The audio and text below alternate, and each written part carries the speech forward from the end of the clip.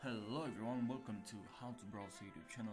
In this video I'm going to be showing you how to save pictures from Pinterest to your gallery. So let's jump right into the video without wasting any second. So what you have to do first, look for the pin for the picture that you like to save to your gallery. So we'll go to home feed and let's say I'd like to save this picture. So all you have to do is to click on the three dots and there click on download image.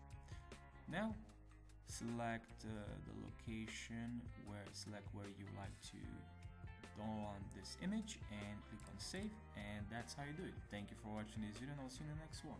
Take care. Don't forget to subscribe for more tutorials. This will help a lot this small YouTube channel. And if you have any questions related to Pinterest, and if you want me to create any tutorials related to Pinterest, if you don't know how to do something on Pinterest, please let me know in the comment section. I'll create a video or tutorial for you. Thank you for watching this video.